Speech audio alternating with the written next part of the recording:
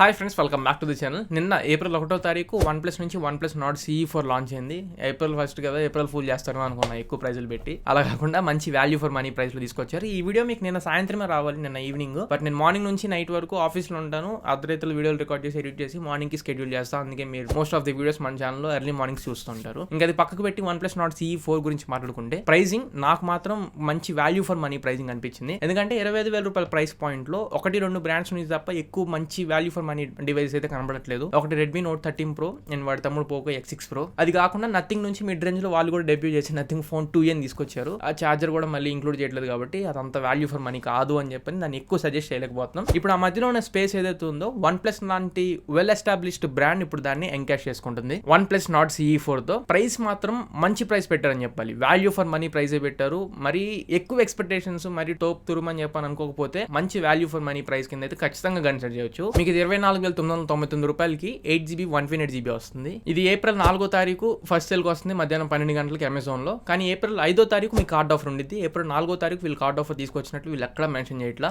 ఒక complementary gift ఇస్తున్నారు, one plus buds 2R ఇస్తున్నారు. ఇవి 2,200 ఉంటాయి ఒకవేళ మీరు పర్చేజ్ చేసుకోవాలనుకుంటే. లేదనుకుంటే ఏప్రిల్ 5వ తారీఖు 1,500 కనుక మీరు కార్డ్ ఆఫర్ ఇంక్లూడ్ చేసుకుంటే 23,500 రూపాయల ప్రైస్ పాయింట్ లో 8GB 128GB వచ్చింది. బడ్స్ వద్దు అనుకుంటే నా మాట 23,500 రూపాయల ప్రైస్ పాయింట్ లో పర్చేజ్ చేసేసుకోండి. బడ్స్ కావాలి అనుకుంటే ఏప్రిల్ 4వ తారీఖు మధ్యాహ్నం 12 గంటలు బుక్ చేసుకోండి. కానీ నేనైతే ఇప్పటికిప్పుడు కొనుక్కోమని అయితే రికమెండ్ చేయట్లేదు. ఎందుకంటే నథింగ్ ఫోన్ 2Aలో కూడా పేపర్ స్పెక్స్ చూసి ఇది టాప్ తోపు అని చెప్పని బాగా అనుకున్నాం. కాకపోతే చేతుల్లోకి వచ్చిన తర్వాత దాంట్లో ఉండే బగ్స్ ఏంటి అండ్ కెమెరాస్ ఎలా పర్ఫార్మ్ చేస్తుంది, బ్యాటరీకి సంబంధించి ఎవ్రీథింగ్ ఇన్ డీటెయిల్ గా చాలా బగ్స్ నోటీస్ చేసి 1-2 నెలలు ఆగండి అని చెప్పి నేను చెప్పాను. అలానే ఈ ఫోన్ కూడా నేను ఏప్రిల్ 5వ తారీఖు సేల్ లో పార్టిసిపేట్ చేసి ఫోన్ తెప్పిస్తా అండ్ ఆ ఫోన్ మీలో ఎవరొకరికి అమ్మేస్తాను, అది కూడా మీకు తెలుసు. సో ఆ ఫోన్ తెప్పించి అన్బాక్సింగ్లు, కెమెరా రివ్యూలు, ఫుల్ డీటెయిల్ ఇన్ డీటెయిల్ గా రివ్యూస్ అన్ని మన ఛానల్లో పోస్ట్ చేస్తా. వెయిట్ చేస్తుండండి. ప్రాబబ్లీ ఏప్రిల్ 10-12 తారీఖు లోపలే నేను వీడియోస్ అన్ని కవర్ చేయడానికి ట్రై చేస్తాను. ఆ ఏప్రిల్ 10-12 ఆ తారీఖుల్లో కూడా ఈ కార్డ్ ఆఫర్లు అనేవి ఇంకా నడుస్తూనే ఉంటాయి. అప్పుడు ఇంకా మీరు కామన్ కంపోస్ట్ గా ఆర్డర్ చేసుకోగలిగితే మోస్ట్లీ మీరు ఒక వైస్ డెసిషన్ తీసుకోగలుగుతారని ఈ పాయింట్ చెప్తున్నా. ఇంకా లేట్ చేయకుండా మనం ఫోన్ డీటెయిల్స్ లోకి వెళ్ళిపోదాం. ఫస్ట్ థింగ్, ఈ ఫోన్ లో పర్ఫార్మెన్స్ గురించి మాట్లాడాలి. ఇది స్నాప్డ్రాగన్ 7 Gen 3 ప్రాసెసర్ తో వస్తుంది. యాక్చువల్లీ ఇది ఒక మంచి పాజిటివ్ పాయింట్.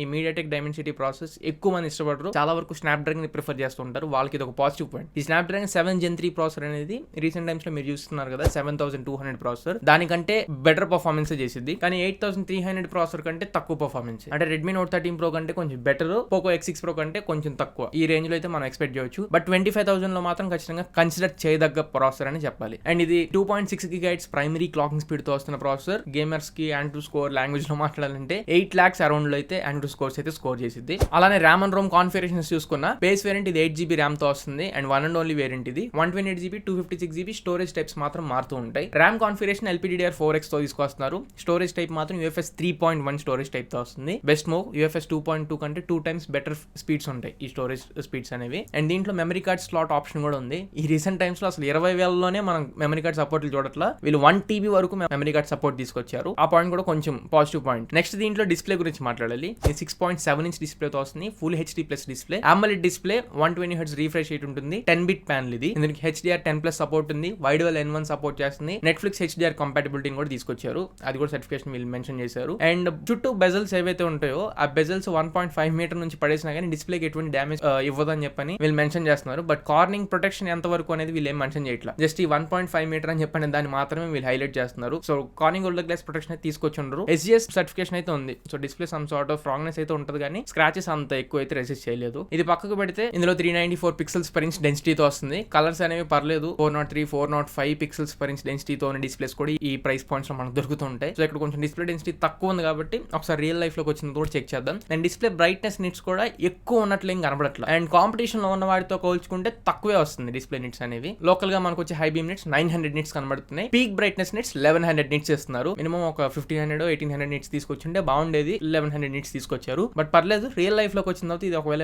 కార్న్ కనుక అబ్జర్వ్ చేస్తే నేను ఖచ్చితంగా ఎక్స్ప్లెయిన్ చేస్తా. అండ్ ఇంకా కెమెరాస్ గురించి మాట్లాడితే రేర్ సైడ్ మీకు ఓన్లీ డ్యూయల్ కెమెరా సెటప్ తో వస్తుంది. ప్రైమరీ కెమెరా 15 మెగాపిక్సెల్ కెమెరాతో వస్తుంది. ఇది సోనీ LYT 600 సిరీస్ సెన్సర్ తో వస్తుంది. OnePlus 12 లో ఈ LYT సిరీస్ ఉండేది, బట్ దాంట్లో 800 సిరీస్ కనబడింది. ఇందులో 600 సిరీస్ తీసుకొచ్చారు. మంచి సెన్సరే, బట్ కొత్త సెన్సర్ కూడా చేతుల్లోకి వచ్చిన తర్వాత అసలు అవుట్పుట్ ఏ రకంగా క్యాప్చర్ చేసిందో చూడాలి. వీళ్ళు అడ్వర్టైజ్మెంట్ అండ్ వీళ్ళు మార్కెటింగ్ చూసుకుంటే HDR షార్ట్స్, రా HDR షార్ట్స్ ఇవన్నీ చూపిస్తున్నారు. అండ్ వీళ్ళు పోర్ట్రేట్స్ మీద కూడా ఎక్కువ కాన్సన్ట్రేట్ చేసి పోర్ట్రేట్స్ 2.0 అని తీసుకొస్తున్నారు. డెప్త్ ఇన్ఫర్మేషన్ క్యాప్చర్ చేసి బెటర్ పోర్ట్రేట్ షార్ట్స్ చెప్పింది అని చెప్పని చెప్తున్నారు. సో చూద్దాం ఒకవేళ రియల్ లైఫ్ లోకి వచ్చిన తర్వాత అసలు ఆప్టిమైజేషన్ ఎలా ఉంటుంది అండ్ పర్ఫార్మెన్స్ పర్ఫార్మెన్స్ ఎలా ఉండిద్దో కూడా ఒకసారి చెక్ చేద్దాం. వీడియో రికార్డింగ్ క్యాపబిలిటీ మాత్రం రేర్ సైడ్ కెమెరాకి మాక్సిమం 4K 30 FPS వరకు మాత్రమే కనబడుతుంది. 4K 60 FPS ఎక్స్పెక్ట్ చేయొచ్చు. And front 16 megapixel front facing camera ఉంటుంది. దీనిలో 1080p 30 FPS కి మాత్రమే లిమిట్ చేశారు. నేను వీళ్ళ స్పెక్ షీట్ ఉంటుంది కదా, దాంట్లో చూసి చెప్తున్నా. రియల్ లైఫ్ లోకి వచ్చిన తర్వాత ఇంకా డీటెయిల్ గా మాట్లాడతా. బట్ రేర్ సైడ్ కెమెరా ఏదైతే ఉందో దీనికి మాత్రం ఆప్టికల్ ఇమేజ్ స్టెబిలైజేషన్ కి సపోర్ట్ చేస్తుంది. అదొక మంచి పాయింట్. అండ్ ఇంకా నాకు నచ్చిన విషయం ఏంటంటే ఈ ప్రైస్ పాయింట్స్ లో 5000 mAh